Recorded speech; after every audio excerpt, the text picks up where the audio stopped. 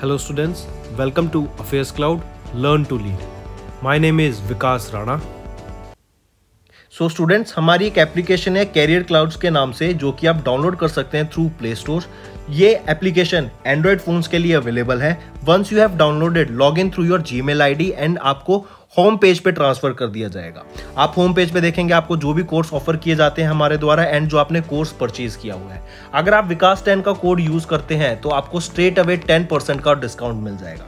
But हमारा course इतना better क्यों है? वाई वी थिंक कि हमारा course one of the best course है in the industry for preparing for current affairs, क्योंकि हम करंट अफेयर्स डेली बेसिस पे प्रोवाइड करते हैं, जिसमें से डेली बेसिस पे आपको 20 क्वेश्चंस की क्विज प्रोवाइड की जाएगी जो आपकी रिवीजन में बहुत हेल्प करेगी। एक पीडीएफ प्रोवाइड की जाएगी डेली बेसिस पे of the current affairs of that particular day. Similarly weekly basis पे आपको 50 क्वेश्चंस की क्विज और PDF of compiled current affairs of week, and monthly basis पे आपको एक टॉप 100 करंट अफेयर्स की पीडीएफ प्रोवाइड करी जाएगी जो उस पूरे महीने का करंट अफेयर्स का जिस्ट होगा, जो प्रिपरेशन में रिवीजन पर्सपेक्टिव से बहुत इंपॉर्टेंट होता है। आपको लगेगा हम सिर्फ इतना प्रोवाइड करते हैं, लेकिन नहीं, हम इंग्लिश के साथ साथ आपको हिंदी में भी ये सारी चीजें प्रोवाइड करते हैं। नॉट जस्ट दिस, हम आपको बैंकिंग अवेयरनेस के भी करंट अफेयर्स प्रोवाइड करते हैं, बैंकिंग से रिलेटेड क्वेश्चंस भी डिस्कस कराते हैं ताकि आपकी रिवीजन हो सके for banking exam.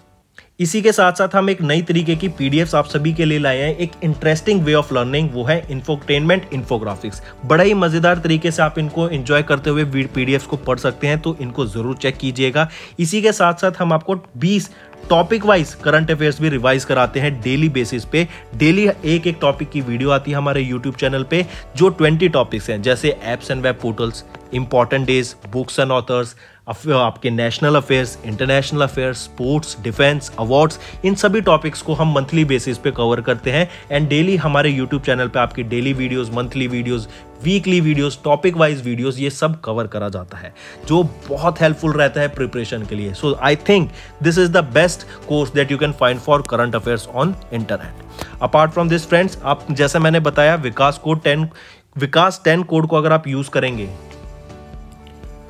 Hello friends, कैसे आप सब? आई होप आप सब अच्छे होंगे। तो दोस्तों, आज की वीडियो में हम कुछ 7 और 8 अगस्त के कुछ इंपॉर्टेंट करंट अफेयर्स डिस्कस करेंगे। ये सेशन आपके लिए काफ़ी हेल्पफुल रहेगा, तो एंड तक ज़रूर देखिएगा। आज का कोट फ्रेंड है, aim for the moon, if you miss you may hit a star. जैसे आप गवर्नमेंट एग्जाम की प्रिपरेशन करते रहिए, हार्ड वर्क करना आपको, ठीक है, अपने एम पे फोकस रखना है। अगर मान लो वो नहीं होता, तो मान लो आप किसी बैंक की एग्ज़ाम के लिए प्रिपेयर कर रहे हैं, भगवान ना चाहे आपका बैंक का क्लियर नहीं होता, तो क्या पता आपका पुलिस में एग्ज़ाम का क्लियर हो जाए, क्या पता आपका टीचिंग का उस स्टेट का क्लियर हो जाए, क्या पता आपका यूपीएससी एग्ज़ाम क्लियर हो गए, सिविल सर्विस क्लियर हो जाए। तो कभी पढ़ाई वेस्ट नहीं जाती है, मैं आपको बता देता हूँ। अगर आप शिद्दत से पढ़ाई कर रहे हैं, आप मन लगाकर हार्डवर्क कर रहे हैं, आप पूरा दिन अपना जो एक फोकस रह के पढ़ाई करते हैं, ये नहीं कि टाइम पास कर रहे हैं, सामने टीवी चल रहा है और आप कानों में अपने गाने चला रखे हैं एंड आप नोट्स बना रहे हैं, पढ़ रहे हैं, नहीं, वो बिल्कुल गलत है। आपको फोकस होकर हार्डवर्क करना है, और अगर आप ऐसे बिल्कुल तरीके से पढ़ाई कर रहे हैं तो definitely you will become successful in your life. Alright, इसी के साथ साथ फ्रेंड्स, आप हमारे यूट्यूब चैनल को सब्सक्राइब कर सकते हैं। अगर आपको हमारा कंटेंट पसंद आ रहा है तो वीडियो को लाइक कर दीजिए, शेयर कर दीजिए, क्योंकि हमारा जो टारगेट रहेगा वो है 15,000 व्यूज़ को अचीव करना डेली बेसिस पे। इसके लिए आपको हमारी मदद करनी पड़ेगी। आप हमारी मदद कैसे कर सकते हैं? इस वीडियो को 2 से 3 व्हाट्सएप ग्रुप पर शेयर कीजिए, चाहे वो आपके दोस्त हों, कलीग्स हों, रिलेटिव्स हों, फ्रेंड्स हों, उनको बताइए कि affairs cloud one stop solution है फॉर करंट अफेयर्स। यहाँ पे विकास राणा सर पढ़ाते हैं, बहुत अच्छा करंट अफेयर पढ़ाते हैं, एंड आई मेक श्योर कि जो भी बच्चे मेरे से करंट अफेयर पढ़ते हैं वो उनको करंट अफेयर एकदम फिंगर टिप पे याद हो जाए। एंड इस बात का तो मैं कॉन्फिडेंस के साथ कह सकता हूँ कि जो बच्चे मेरे से पढ़ रहे हैं और तरीके से पढ़ रहे हैं, होमवर्क करते हैं, नोट्स बनाते हैं, रिवीजन करते हैं, उनके करंट अफेयर्स में कोई दिक्कत नहीं आ जाएगी। चाहे कहीं से कोई करंट अफेयर उठा के दे देना एग्जाम में, वो बच्चा निकाल लेगा पेपर को, ठीक है। इसी के साथ साथ फ्रेंड्स, अगर आपको कंटेंट पसंद आ रहा है जो हम पढ़ाते हैं एंड आप चाहते हैं कि ऐसा ही कंटेंट फ्यूचर में आता रहे, तो कमेंट करके ज़रूर बताइएगा। इससे हमें मोटिवेशन मिलती है कि आपके लिए फ्यूचर में और बेटर कंटेंट बनाया जाए। इसी के साथ साथ फ्रेंड्स, कल की वीडियो के लिए जो होमवर्क क्वेश्चन गिवन था उसके यहाँ पे आंसर्स गिवन है। सो सुमित घोष, आपने सभी आंसर करेक्ट दिए हैं। Best of luck and congratulations आपको। एंड आप जिस भी एग्जाम के लिए प्रिपेयर कर रहे हैं, आई होप आपका वो एग्जाम क्लियर हो जाए। So best of luck for your future Sumit. चलिए अब आ जाते हैं न्यूज़ पार्ट पर। पहली न्यूज़ है कॉमन रजिस्ट्रेशन फैसिलिटी की। कॉमन रजिस्ट्रेशन फैसिलिटी, ये कॉमन रजिस्ट्रेशन फैसिलिटी क्या है? बेसिकली जो लोगों को राशन कार्ड्स प्रोवाइड करने के लिए और उस राशन कार्ड के बेसिस पे लोगों को डेली बेसिस पे राशन प्रोवाइड करने के लिए, ऐसे लोगों को जो एलिजिबल बेनिफिशरीज हैं उन लोगों को फाइंड आउट करने के लिए, उनको आइडेंटिफाई करने के लिए ऐसे लोगों को, ठीक है, ये particular common registration facility launch की गई। 11 स्टेट्स और यूनियन टेरिटरीज में इसको लॉन्च किया गया है पायलट बेसिस पे, ट्रायल बेसिस पे, ठीक है। और ये जो कॉमन रजिस्ट्रेशन फैसिलिटी ना, इसका मेन मोटो क्या रहेगा? माय राशन माय राइट, ठीक है। ये आपका लोगो कह सकते हो आप इसको, जिसके बेसिस ये मोटो कह सकते हो, जिसके बेसिस पे आपका ये कॉमन रजिस्ट्रेशन फैसिलिटी लॉन्च की गई। किसके द्वारा? Department of food and public distribution under the ministry of consumer affairs of food and public distribution के अंडर इसको लॉन्च किया गया था। जैसे मैंने बताया 11 स्टेट्स एंड यूनियन टेरिटरीज में इसको लॉन्च किया गया है कि एलिजिबल कैंडिडेट्स को फाइंड आउट करने के लिए और उनको राशन कार्ड प्रोवाइड कराने के लिए। 11 स्टेट्स एंड यूनियन टेरिटरीज कौन सी हैं? असम, गोवा, लक्षद्वीप, महाराष्ट्र, मेघालय, मणिपुर, मिजोरम, नागालैंड, त्रिपुरा, पंजाब एंड उत्तराखंड। ये याद रखिएगा, ठीक है, काफ़ी इंपॉर्टेंट है। ये पायलट बेसिस पे लॉन्च किया गया, मतलब ट्रायल बेसिस पे इसको लॉन्च करा गया है। नेक्स्ट बात करेंगे हम स्काईलाइट की। स्काईलाइट एक एक्सरसाइज कंडक्ट कराई गई थी अभी आर्मी के द्वारा, इंडियन आर्मी के द्वारा।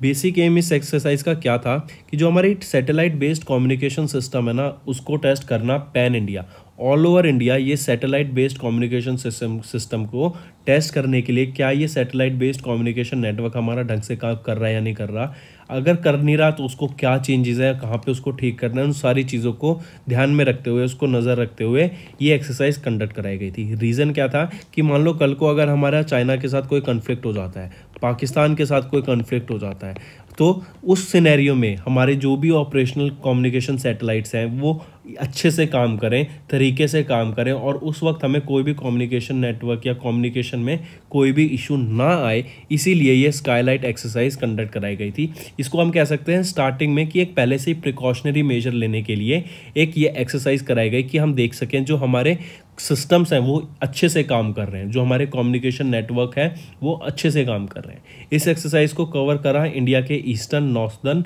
एंड आइलैंड टेरिटरीज में कंडक्ट कराया गया, ठीक है। This exercise covered the India's eastern, northern and island territories, ठीक है। 25 जुलाई से लेकर 29 जुलाई तक ये एक्सरसाइज कंडक्ट कराई गई थी। स्काईलाइट इस एक्सरसाइज का नाम रहेगा। इंडियन आर्मी के द्वारा कंडक्ट कराई गई थी। पैन इंडिया ये एक्सरसाइज थी और रीज़न क्या था?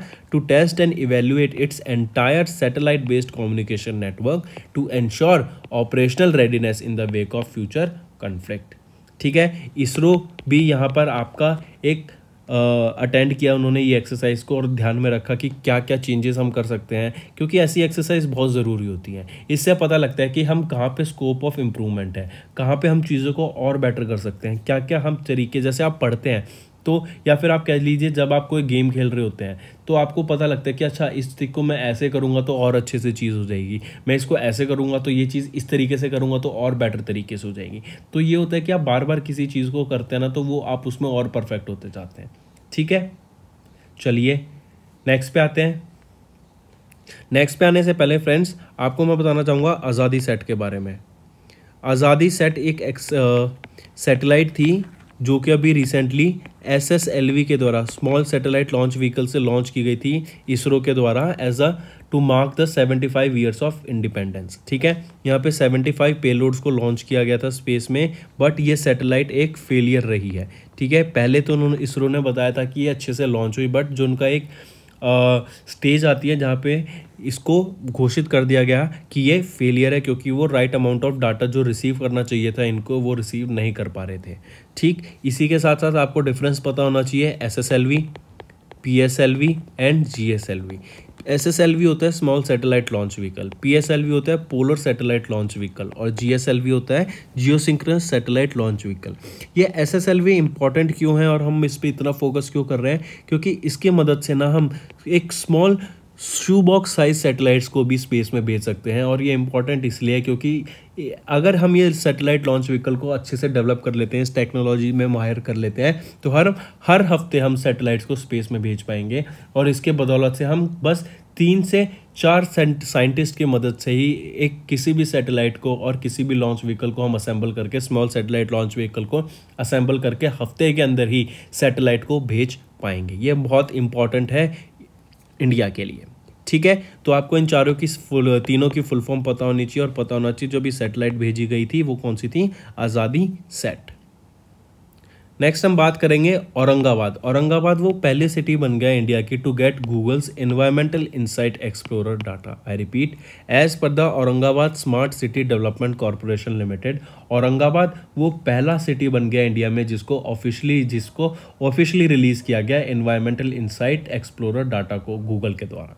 ठीक है, ये इवेंट न्यू दिल्ली में हुआ था जहाँ पे EIE डैशबोर्ड को अभी लॉन्च किया गया गूगल के द्वारा एट एन इवेंट जो कि न्यू दिल्ली में हुआ था। ये EIE जो आपका है एनवायरमेंटल इंसाइट एक्सप्लोरर डाटा, इससे पता लगेगा कि कहाँ पर हम कार्बन डाइऑक्साइड ज़्यादा है, कहाँ पर हम किस सिचुएशन में हम इसको इम्प्लीमेंट कर सकते हैं कि हम पॉल्यूशन को कम कर दें, हम कार्बन डाइऑक्साइड को कम कर दें, हम एमिशंस को कम कर दें। इससे क्या होगा, उस पर्टिकुलर एरिया को हम एक ग्रीन जोन बनाने की तरफ जा सकते हैं, रेस टू जीरो को अचीव कर सकते हैं, कार्बन न्यूट्रल बनाने में ये हमारी बहुत मदद करेगा।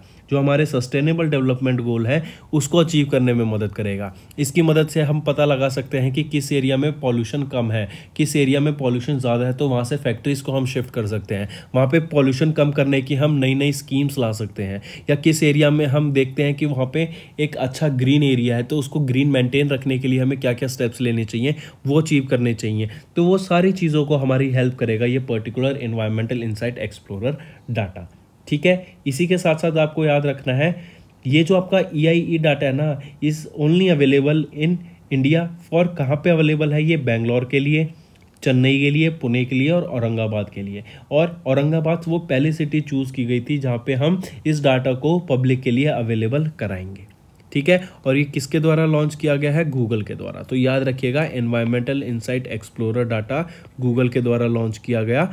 और इम्पॉर्टेंट क्यों रहेगा, इससे हम जो एमिशंस है उसको रिड्यूस करने में मदद करेंगे, एयर पॉल्यूशन को कम करने में मदद करेंगे, हम एयर की क्वालिटी को बेटर करने में मदद करेगा। और इसी के साथ साथ फ्यूचर के जो हम प्लान्स बनाएंगे, जो आने वाली स्कीम्स होंगी, आने वाली जो हमारी प्लानिंग्स होंगी, वो इसके बेसिस पे हम कर सकते हैं ताकि एक एरिया को हम पॉल्यूशन फ्री कर सकें। ठीक है, नेक्स्ट आ जाता है कोचिन शिपयार्ड्स लिमिटेड। इन्होंने एक MOU साइन किया IIM कोझिकोडे के साथ ताकि मैरीटाइम सेक्टर में स्टार्टअप्स को बूस्ट मिल सके।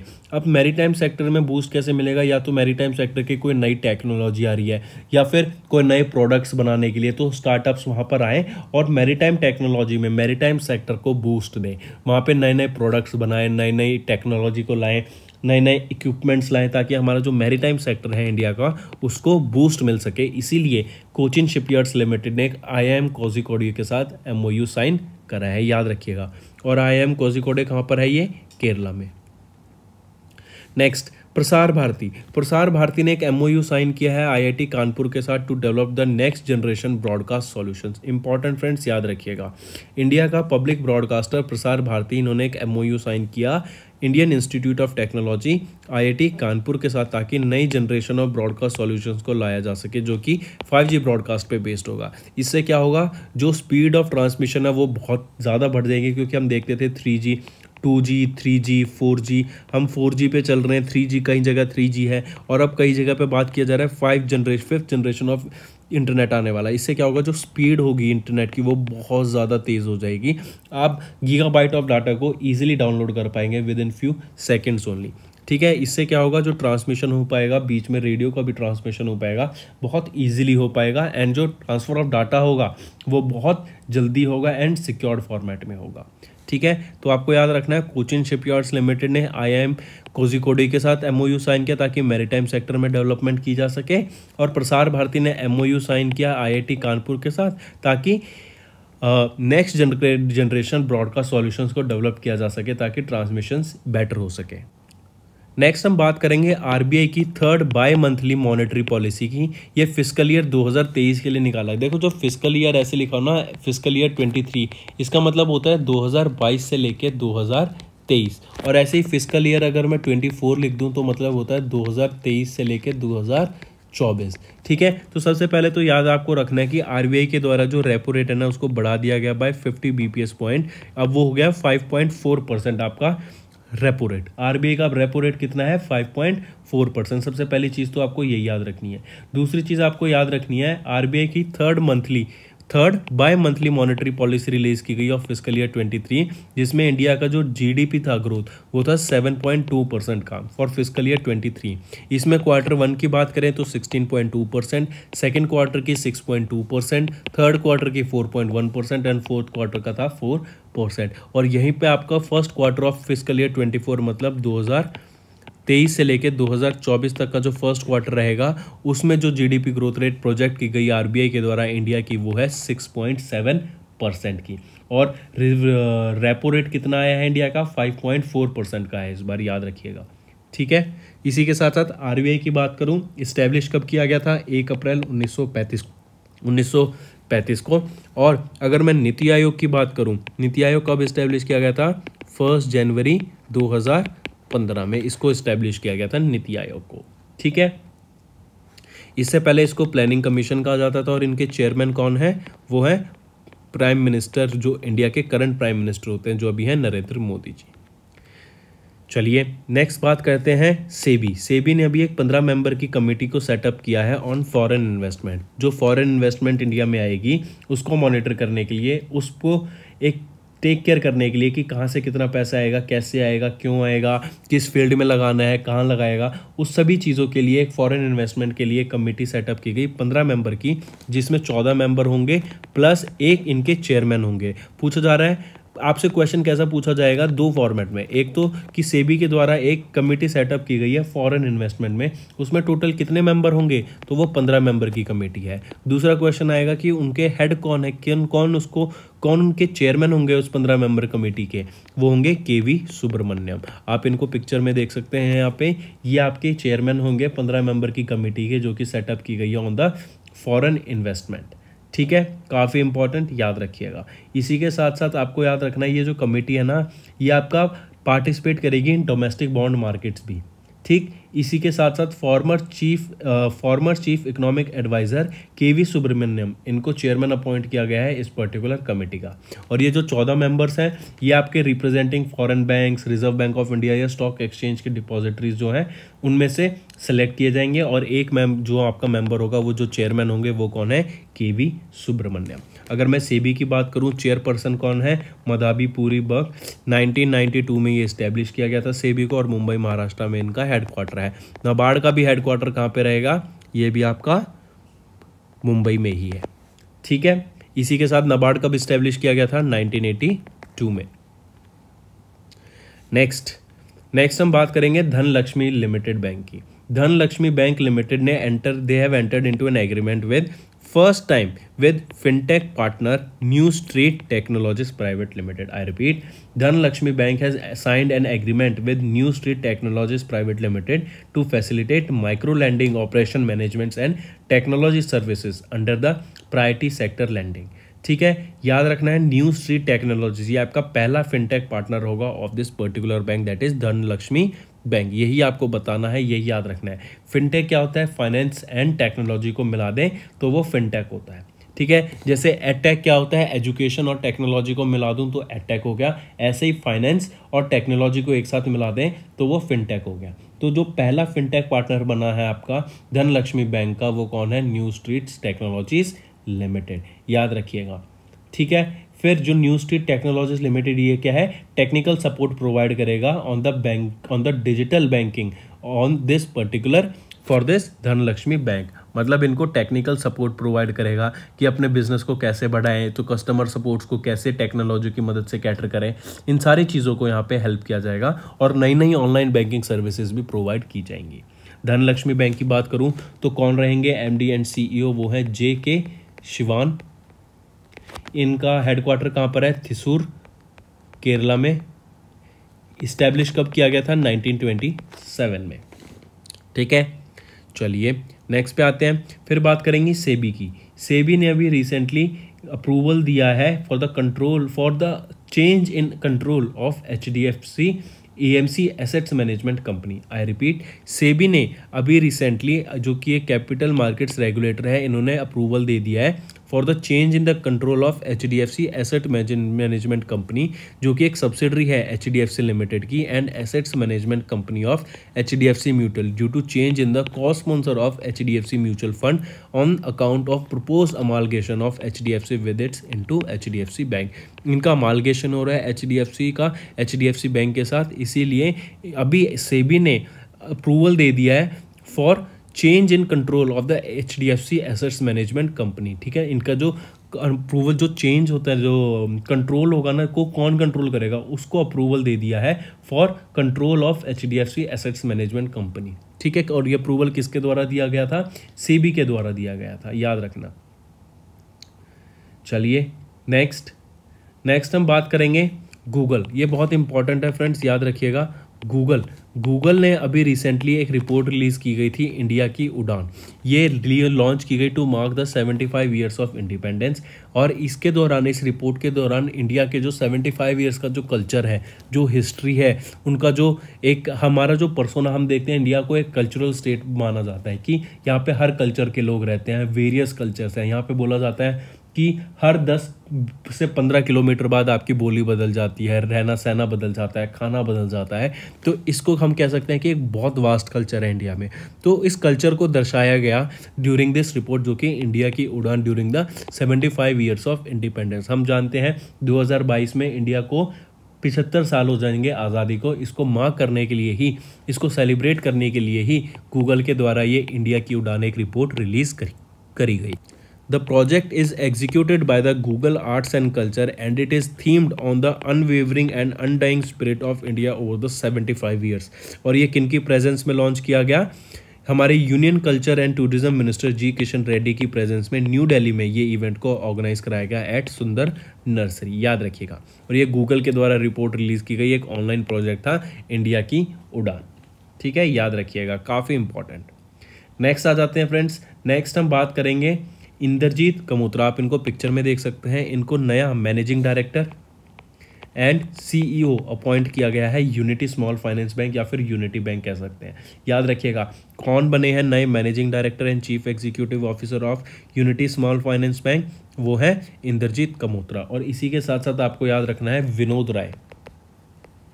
विनोद राय ये फॉर्मर कैग थे, हमारे कंट्रोलर एंड ऑडिटर जनरल।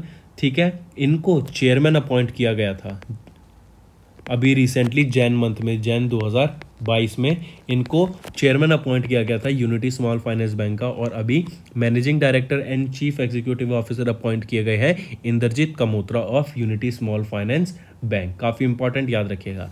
अगर हम इनकी बात करें इंद्रजीत कमोत्रा की, ये IIT दिल्ली से ग्रेजुएट है, पास आउट है। इन्होंने अपनी MBA करी थी क्लार्कसन यूनिवर्सिटी न्यूयॉर्क से, और इनको 25 साल का बैंकिंग में एक्सपीरियंस भी है। ठीक है, चलिए अगर मैं बात करूँ यूनिटी स्मॉल फाइनेंस बैंक की, ये ऑपरेशनल कब हुआ था? 2021 में इस्टेब्लिश किया गया था, और इसका हेडक्वार्टर कहाँ पर है? मुंबई, महाराष्ट्र में। मूविंग ऑन, नेक्स्ट हम बात करेंगे, सेंटर ने कैबिनेट सेक्रेटरी राजीव गौबा को एक्सटेंशन दे दिया है 1 साल का। ये इनका सेकेंड टाइम एक्सटेंशन रहेगा, याद रखिएगा। इससे पहले इनको अगस्त 2021 में 1 साल का एक्सटेंशन मिला था for the post of cabinet secretary. अब इनको फिर से अगस्त 2022 में 1 और साल का एक्सटेंशन मिल गया है, plus 1 year extension for the post of cabinet secretary. और ये इनको एक्सटेंशन किनके द्वारा मिला? ACC ने इनका एक्सटेंशन को अप्रूव करा है। ठीक है, याद रखिएगा, राजीव गौबा को। काफ़ी इंपॉर्टेंट। चलिए नेक्स्ट पे आते हैं। नेक्स्ट हम बात करेंगे रशिया की। रशिया ने अभी, जैसे हम न्यूज़ जब पढ़ा था पहले भी, कि रशिया ने इंटरनेशनल स्पेस स्टेशन से विड्रॉ करने की बात कर ली है। अगर मैं इंटरनेशनल स्पेस स्टेशन की बात करूं तो 1998 में इसको पहली बार, first piece of this international space station was put into the space in 1998। कौन सी कंट्रीज इसको जॉइंटली रन करती है? किस स्टेशन को रन किया जाता है jointly by? Russia, USA, Europe, Japan and Canada. ये 5 मिलके जॉइंटली इसको रन करते हैं। और अभी बोला जा रहा है कि रशिया विड्रॉ कर लेगा from its cooperation after 2024। Even इन्होंने बोला कि जो बाकी रिमेनिंग कंट्रीज़ हैं वो आपको कंटिन्यू रखेंगे इंटरनेशनल स्पेस स्टेशन को बाय 2030। क्यों? क्योंकि नासा के द्वारा एक रिपोर्ट रिलीज़ की गई थी थोड़े टाइम पहले कि 2031 तक आपका जो 2031 में तक नहीं 2031 में आपका international space station will plunge into Pacific ocean, मतलब पैसिफिक ओशन में ये जाके क्रैश कर देगा बाय 2031। इन 2031 ये नासा की रिपोर्ट थी। फिर इसी के साथ साथ आपको याद रखना है वो पहला कंट्री कौन सा है जो अपना खुद का परमानेंट स्पेस स्टेशन लॉन्च कर रहा है, वो है चाइना। ठीक है, इन्हीं के द्वारा अभी second module of Wentian launch किया गया। जो 3 मॉड्यूल लॉन्च करने हैं उसमें से सेकेंड मॉड्यूल लॉन्च किया गया था चाइना के द्वारा, लॉन्ग मार्च रॉकेट के द्वारा। लॉन्ग मार्च 5 भी रॉकेट के द्वारा इसको लॉन्च किया गया था। ठीक है, ये भी आपको याद रखना, काफ़ी इंपॉर्टेंट रहेगा। चलिए नेक्स्ट पे आते हैं। नेक्स्ट हम बात करेंगे स्पोर्ट्स की। स्पोर्ट्स में भी हम बात करेंगे अंडर 20 के south Asian football federation championship की। आई रिपीट, अंडर 20 के south Asian football federation championship की। इसमें इंडिया ने सेकेंड टाइम विक्ट्री किया और ये सेकेंड कॉन्जिक्यूटिव विक्ट्री है। ये आपका 4th एडिशन था under 20 south Asian football federation का, जो कि कहाँ पे हुआ था? भुवनेश्वर उड़ीसा में कंडक्ट कराया गया था। इसको किसने जीता? 4th एडिशन बने इंडिया ने जीता। 3rd एडिशन भी किसने जीता था? इंडिया ने ही जीता था। ठीक है, अगर मैं इससे बात करूं तो इंडिया ने अभी जीता 2022 का, जो कि 4th एडिशन था south Asian football federation under 20 football championship को, बांग्लादेश को हरा के 5-2 से। ये भुवनेश्वर उड़ीसा में हुआ था और इंडिया का ये सेकेंड कॉन्जिक्यूटिव टाइम था कि इन्होंने जीता। ठीक है, और ये 4th एडिशन था। नेपाल ने जीता था पहले 2 एडिशन 2015 में और 2017 में। इंडिया ने जीता था 2019 का एडिशन, और अब 2022 में जो एडिशन हुआ है ये भी किन्होंने जीता है? इंडिया ने ही जीता है, तो याद रखिएगा। ठीक है, चलिए नेक्स्ट पे आते हैं। हम एक बुक डिस्कस करेंगे, वो है how China seize India and the world. ये बुक को ऑथर किया गया है श्याम सरन जी के द्वारा और इसमें बताया गया है interaction between India and China. ठीक है, इस बुक को पब्लिश किया जाएगा juggernaut books, new Delhi publishing house है, इसके द्वारा पब्लिश किया जाएगा। ठीक, याद रखिएगा बुक का नाम how China seize India and the world. Author किया गया किन के द्वारा? श्याम सरन जी के द्वारा इस बुक को ऑथर किया जाएगा।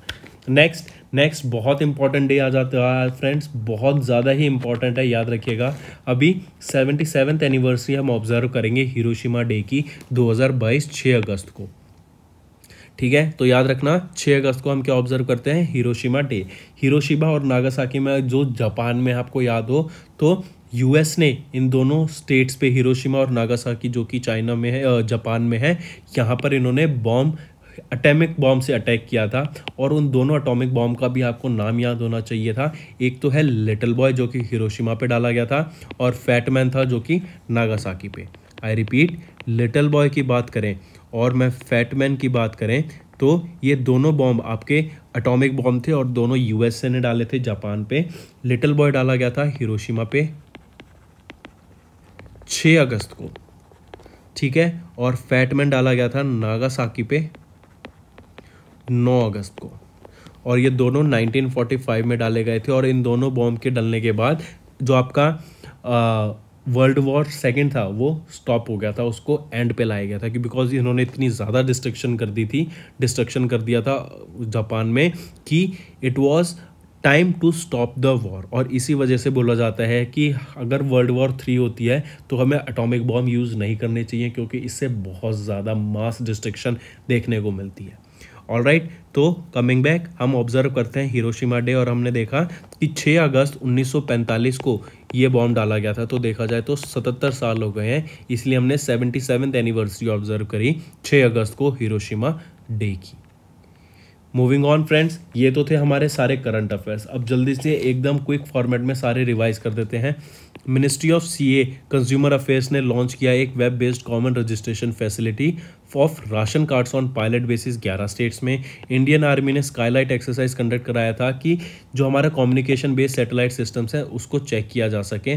फिर आर.के. सिंह ने 10th edition of integrated rating discoms को लॉन्च किया। औरंगाबाद बिकेम वो पहली city in India to get the Google's environmental insight explorer data, जो हमारे पॉल्यूशन को, हमारे इन्वायरमेंट को चेक रखने में मदद करेगा।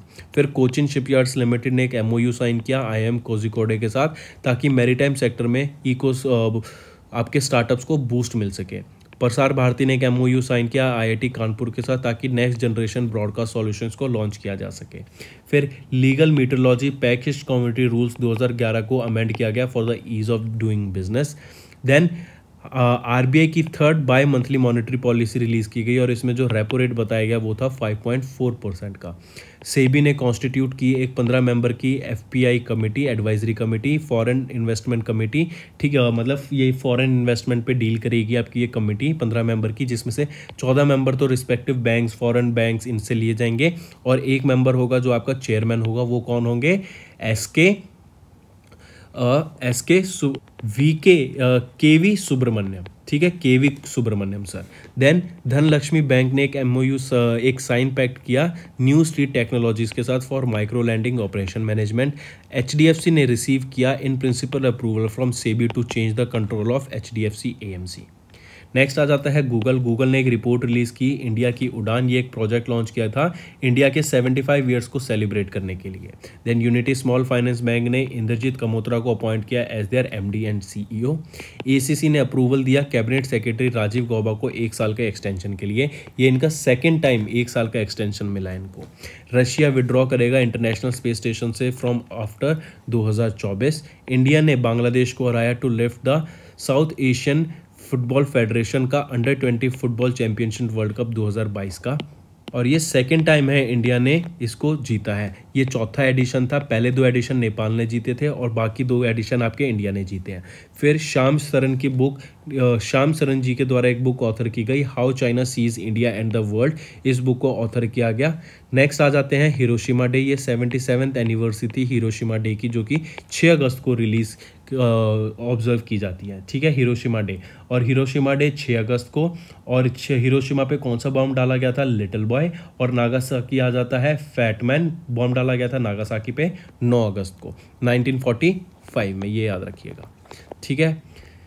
तो फ्रेंड्स ये थे हमारे आज के current affairs. Now let's move to the homework. पहला क्वेश्चन है which states astronomical observatory has been included in the UNESCO's list of important endangered heritage observation.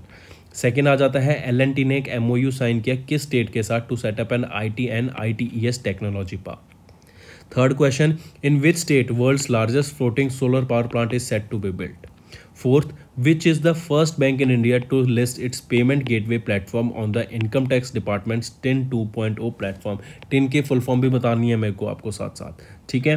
पांचवा, which countries chairs the UN Security Council's Counter Terrorism Committee for 2022। तो friends ये थे 5 questions आपके homework, comment करके ज़रूर बताइएगा। And आपको हमारा टारगेट याद रखना है 15,000 व्यूज़ का। तो आपको क्या करना है, अभी वीडियो को लाइक कीजिए, ये जो होमवर्क नीचे कमेंट करके वीडियो को लाइक कर देना और इस वीडियो को जल्दी से जल्दी शेयर कर देना, कम से कम 2 से 3 व्हाट्सएप ग्रुप पे। उनको बताना कि विकास सर ने जल्दी से बोला है कि अफेयर्स क्लाउड को चेक करें, जो कि एक 1 स्टॉप सॉल्यूशन है फॉर करंट अफेयर्स। सबसे अच्छे करंट अफेयर्स हम आपको प्रोवाइड करते हैं। आप हमारी एप्लीकेशन कैरियर्स क्लाउड पे जाके चेक करेंगे तो जो हमारा कोर्स है, it is one of the best course जो आपको प्रिपरेशन में बहुत हेल्प करने वाला है। So that's all for the day friends, thank you and have a nice day. That's all for the day friends, ये हमारी वीडियो थी। आई होप आपको वीडियो पसंद आई होगी। इसी के साथ साथ फ्रेंड्स आप हमारे यूट्यूब चैनल को सब्सक्राइब कर सकते हैं, आप टेलीग्राम चैनल पे जाके हमें फॉलो कर सकते हैं। एंड इसी के साथ साथ अगर आपको कोई भी प्रॉब्लम आ रही है या तो पेमेंट में या हमारे कोर्सेज के साथ, तो आप हमें कांटेक्ट कर सकते हैं एट द नंबर 7677333862, या फिर आप हमारी मेल आईडी पे हमें मेल कर सकते हैं and I will make sure कि आपकी जो प्रॉब्लम है उसको जल्दी से जल्दी सॉल्व किया जाए। इसी के साथ साथ आप हमारे इंस्टाग्राम हैंडल affairscloud_official को फॉलो कर सकते हैं। कोड और याद रखना, वो है विकास 10। अगर आपको 10% का एक्स्ट्रा डिस्काउंट चाहिए तो आप विकास 10 का कोड यूज कर सकते हैं, आपको क्रैक 10 के अलावा 10% का डिस्काउंट यहां पे मिलेगा। और इसी के साथ साथ अगर आपको कोई भी इश्यू आ रहा है हमारी एप्लीकेशन से रिलेटेड, वेबसाइट से रिलेटेड, या आपका कोर्स परचेज नहीं हो रहा, या आपका कोर्स परचेज हो गया, पैसे कट गए हैं, या कोई भी इश्यू आ रहा है, तो आप हमें कॉन्टैक्ट कर सकते हैं एट द नंबर 9677333862, या फिर आप मेल कर सकते हैं support@affairscloud.com पे। एंड आई मेक श्योर हमारा रिप्रेजेंटेटिव आपको जल्दी से जल्दी आपको रीच करेगा एंड आपकी प्रॉब्लम को सॉल्व करेगा।